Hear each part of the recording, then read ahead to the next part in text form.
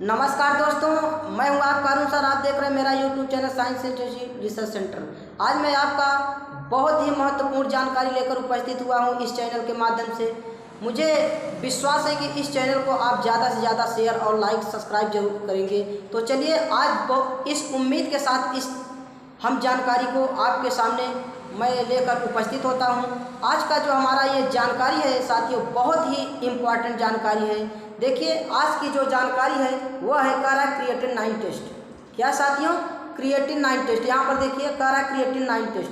आखिर हमें क्रिएटिन-9 टेस्ट होता क्या है ये कह रहा है साथियों क्रिएटिन-9 टेस्ट। देखिए यहाँ पर कह रहा है क्रिएटिन-9 टेस्ट, अर्थात ब्लड क्रिएटिन-9 टेस्ट और यूरिन क्रिएटिन-9 टेस्ट हमें कब किया जाता है। कह रहा है कि हमारी बॉडी में जो ब्लड होता है अर्थात जो रक्त होता है, हमें रक्त को क्रिएटिन-9 अर्थात रक्त को कब टेस्ट किया जाता है, और हमारे यूरिन अर्थात पेशाब को हमें टेस्ट कब किया जाता है, उसी के माध्यम से आज हम बात करेंगे।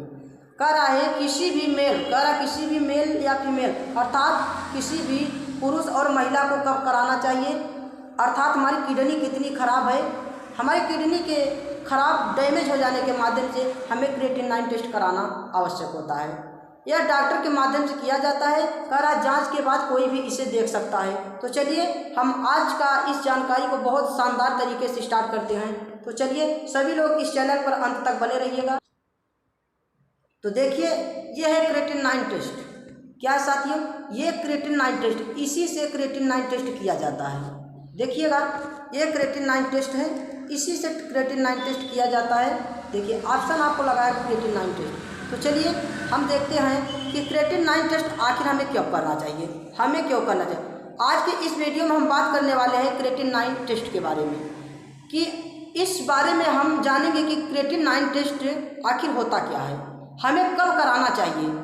सबसे पहले हम जान लेते हैं कि क्रिएटिन-9 क्या होता है। तो चलिए देखते हैं क्रिएटिन-9 क्या होता है। देखिएगा, ध्यान दीजिए सभी लोग। कह रहा है क्रिएटिन-9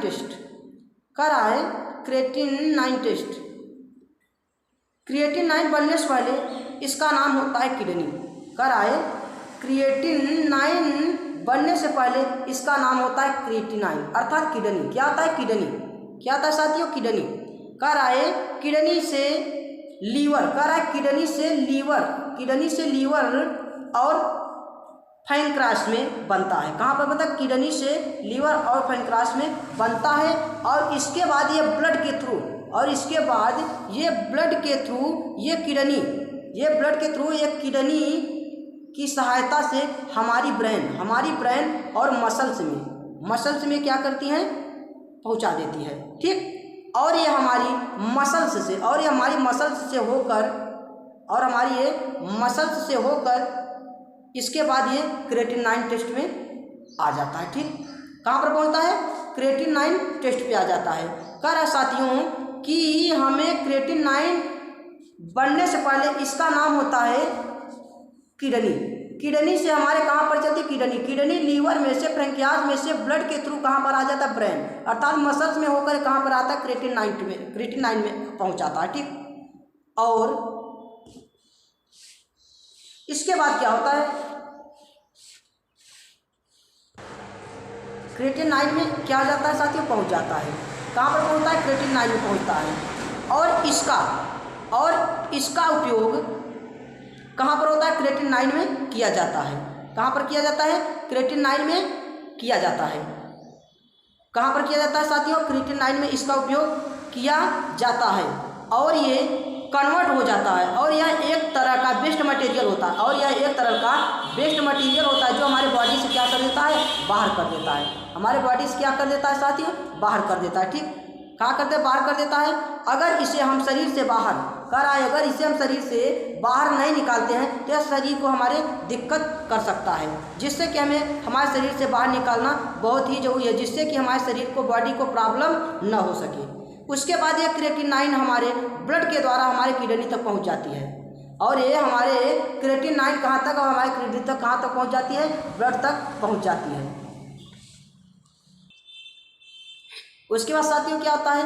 ये जो क्रिएटिन-9 होता है, ये क्रिएटिन-9 से होकर ब्लड से होकर हमारे किडनी से होकर ब्लड के द्वारा शरीर से हमारे किडनी के द्वारा बाहर निकाल देती है। कहाँ है? ब्लड के द्वारा हमारी किडनी तक पहुंचा देती है, जहाँ पर हमारी किडनी इसे फिल्टर करके क्या कर देती है साथियों? बाहर निकाल देती है। क्या कर देती है? बाहर निकाल देती है। आई होप आपको समझ में आ रहा होगा। फिल्टर करके बाहर निकाल दी, जिससे हमारे शरीर में अमाउंट कम हो जाता है, शरीर में हमारे अमाउंट कम हो जाता है। लेकिन यदि किसी वजह से हमारी किडनी को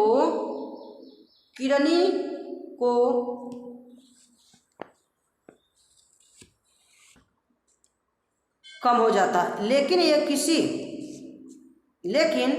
किसी वजह से हमारी किडनी में कोई प्रॉब्लम हो जाती है तो ये क्रिएटिनाइन हमारे शरीर से बाहर नहीं निकल पाता और हमें प्रॉब्लम हो जाती है। तो इसी के जांच करने के लिए हमें क्रिएटिनाइन कराते हैं, जो कि किडनी इन्फेक्शन के अंतर्गत आता है। किसके अंतर्गत आता है साथियों? ये किडनी इन्फेक्शन के अंतर्गत क्या होता है साथियों? कोई आता है। ठीक है, अब चलिए हम आगे बात करते हैं क्रिएटिनाइन लेवल। कह रहा है हमारा क्रिएटिनाइन लेवल जांच करने के लिए हमें 2 तरह से टेस्ट किया जाता है। हमारा जो क्रिएटिनाइन लेवल होता है साथियों, वह 2 तरह से टेस्ट किया जाता है। किस तरह से? 2 तरह से टेस्ट किया जाता है। देखिए, एक तो होता है हमारे ब्लड के थ्रू। किसका? एक ब्लड सैंपल टेकन के, अर्थात एक सिंपल ब्लड से। ठीक, कह रहा हमारा ब्लड जो होता है ये 2 तरह से क्या होता है, हमारा क्रिएटिनाइन टेस्ट किया जाता है। क्या? ब्लड या सीरम के द्वारा। किसके द्वारा? ब्लड या सीरम के द्वारा हमारा क्या करते हैं? क्रिएटिनाइन टेस्ट किया जाता है। इससे हमें किसी पेशेंट किसी पेशेंट को जो हम ब्लड को ले लेते हैं और उसमें हम देखते हैं कि क्रिएटिनाइन लेवल कितना है। इसका हम देखते हैं क्रिएटिनाइन कितना है।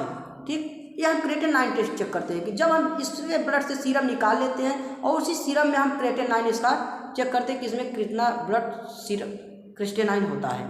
उसमें क्रिएटिनाइन का लेवल हमको देखते हैं। ठीक, देखते हैं बढ़ा हुआ या मिलता है। ठीक है, तो आपको यह समझ में आ जाना चाहिए कि कोई किडनी में कोई प्रॉब्लम है, जिस वजह से उसका क्रिएटिनाइन यूरिन के साथ थ्रू बाहर नहीं निकल पाता था।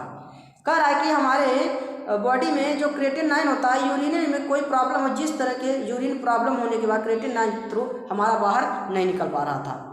ठीक, तो हम इसको जांच करने के लिए हम 2 तरह से चेक करते हैं। एक तो हमारा इसमें करते क्या, एक पेशेंट की पहले सबसे हम ब्लड लेते हैं, उस ब्लड से हम सीरम चेक करते हैं।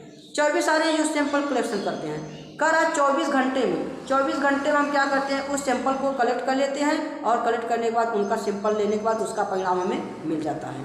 ठीक,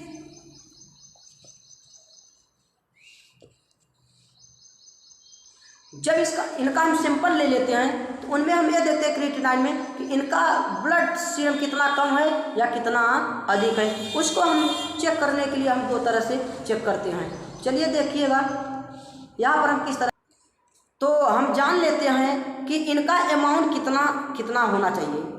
इनका अमाउंट कितना होना चाहिए। देखिए यहाँ पर दिया है, एक दिया है मिलीग्राम में, क्या दिया? मिलीग्राम में। एक दिया मिली प्रति लीटर, डेसीलीटर में, एक प्रति मिलीलीटर में। देखिए दिया है कि मैन, अर्थात मैन आदमी में कह रहा है 0.6 से 1.2 डेसीलीटर होना चाहिए।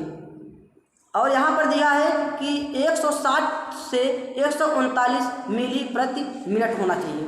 ओमेन में बात करते हैं, देखिए ओमेन अर्थात महिलाओं में 0.5 से 1.1 मिली डेसीलीटर होना चाहिए। और यहाँ पर देखिए मिलीलीटर की बात करते हैं 87 से 160 प्रति मिनट होना चाहिए। अब देखते हैं टेंगर्स में, यानी युवाओं में देखते हैं, हम युवाओं को देखते हैं 0.5 से 1.0 मिलीग्राम प्रति डेसीलीटर होना चाहिए। और हम चिल्ड्रन अर्थात बच्चों की बात करते हैं, बच्चों में क्या होना चाहिए? 0.3 से 0.7 मिलीग्राम प्रति डेसीलीटर होना चाहिए। क्या होना चाहिए? देखिए इस क्रिएटिनाइन के माध्यम से हम यह जान सकेंगे कि serum creatinine is recommended when, अर्थात सीरम को कब हमें चेक किया जाता है, सीरम को कब किया जाता है। ठीक, कह रहा है हमारा देखिए पहला ऑप्शन दिया है females of the face and eyes. कह रहा है फीमेल्स ऑफ द फेस, यदि किसी पेशेंट के मुंह पर, कह रहा है females puffiness of face and eyes, कह रहा किसी पेशेंट के फेस अर्थात मुंह पर, मुंह या आँख में पहले से ये प्रॉब्लम हो रही होगी। दूसरा क्या करा, swelling of hand are roughed करा। दूसरा क्या है हमारा, swelling of hand are rough, यानी उसके हाथ पैरों में काफ़ी सूजन हुआ रहा होगा। तीसरा क्या है, हाई ब्लड प्रेशर, यानी उनका जो ब्लड प्रेशर हो वह काफ़ी अधिक हो सकता है या उसकी ब्लड प्रेशर की वजह से होती रही होगी।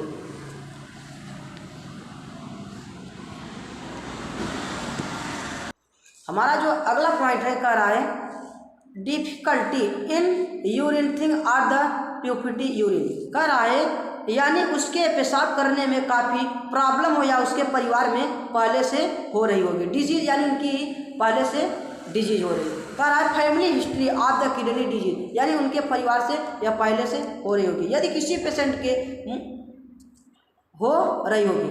आगे क्या कर रहा है, इन सभी कंडीशन में डॉक्टर आपको क्रिएटिन 9 जांच करने के लिए कहते हैं। इस सभी कंडीशन में आपको डॉक्टर जो है क्रिएटिन 9 चेक करने के लिए आपको कहते हैं। तो अब हम बात कर लेते हैं कि आप यूरिन का टेस्ट कराते हैं तो आपका क्लिनिकल इम्प्लीकेशन कितना होना चाहिए। जब आप यूरिन चेक कराते हैं तो आपका क्लिनिकल इम्प्लीकेशंस कितना होना चाहिए। कह रहा है इंक्रीज, कह रहा है इंक्रीज। अब देखिए ध्यान दीजिए, क्रिएटिन 9 लेवल, हमारा क्रिएटिन 9 लेवल किस कंडीशन में बढ़ जाता है और किस कंडीशन में आपको कम मिलता है, यह हमें देखना है। तो हम पहले बात करते हैं कि किस किस कंडीशन में आपको ज़्यादा देखने को क्रिएटिन 9 मिलता है। तो सबसे पहले देखिए इंक्रीज, अर्थात कि हमारी किडनी इंक्रीज है। कह रहा है हमारा फर्स्ट अटेम्प्ट है, इसमें कह रहा फर्स्ट अटेम्प्ट है, कह रहा state of high credit attempt, कह रहा है कि हमारा सबसे पहले ज़्यादातर अक्सर, यानी यदि आप किसी वजह से ज़्यादा एक्सरसाइज कर लेते हैं या तो फिर ज़्यादा काम करने से होता है। दूसरा कह रहा है हमारा क्रिएटिन 9 अर्थात प्रेगनेंसी, जब महिलाएं प्रेग्नेंट हो जाती हैं तो उस समय में हमें क्या कहते हैं, क्रिएटिन 9 लेवल बढ़ जाता है। ठीक, क्या होता है, उस समय में हमारा क्रिएटिन 9 बढ़ जाता है जिससे महिलाओं को दिक्कत होती है काफ़ी। ठीक, हमारा तो आपका क्रिएटिन 9 लेवल यूरिन में काफ़ी बड़ा देखने को दिक्कत मिलती है। तीसरा है बम्प, यानी जब कोई व्यक्ति जल जाता है, जब कोई व्यक्ति जल जाता है तो उसमें क्रिएटिन 9 लेवल क्या हो जाता है, बढ़ जाता है। और अगला पॉइंट हमारा कार्बन मोनोऑक्साइड पॉइजनिंग, कर हमारा कार्बन मोनोऑक्साइड जब बढ़ जाता है तो उनकी वजह से क्रिएटिन 9 लेवल क्या हो जाता है, बढ़ जाता है। उसकी वजह से हमारा क्रिएटिन 9 लेवल क्या हो जाता है, बढ़ जाता है। ठीक, जब कोई जल जाता है तो उसका क्रिएटिन 9 लेवल बढ़ जाता है और कार्बन मोनोऑक्साइड पॉइजनिंग को हो जाता है। यह कंडीशन में हमें देखने को मिलती है। अब देखिए कह रहा है डिस्क्रीज, हमारी किडनी डिस्क्रीज है। कह रहा है इम्पेयर्ड किडनी इन फंक्शन, कह रहा है कि हमारा डिस्क्रीज, यही जान लेते हैं कि किस किस कंडीशन में आपको ज़्यादा क्रिएटिन लेवल कम मिलता है, कम मिलता। पहला है हमारा इम्पेयर्ड, कह रहा है इम्पेयर्ड किडनी फंक्शन, या तो उसके किडनी में कोई, या तो उसके किडनी में कोई, यदि इसके किडनी में कोई प्रॉब्लम हो या तो पहले से हुई हो, या तो प्रॉब्लम हो या तो पहले से हुई हो कि प्रॉब्लम हो चुकी, किस वजह से उसकी किडनी क्रिएशन को फिल्टर नहीं कर पाते जिससे उन्हें पेशाब करने में बार बार प्रॉब्लम होती है। और हमारा अगला पॉइंट है कि डिहाइड्रेशन, क्या हमारा डिहाइड्रेशन में, कह रहा डिहाइड्रेशन में, यानी उसके बॉडी में पानी की बहुत कमी हो।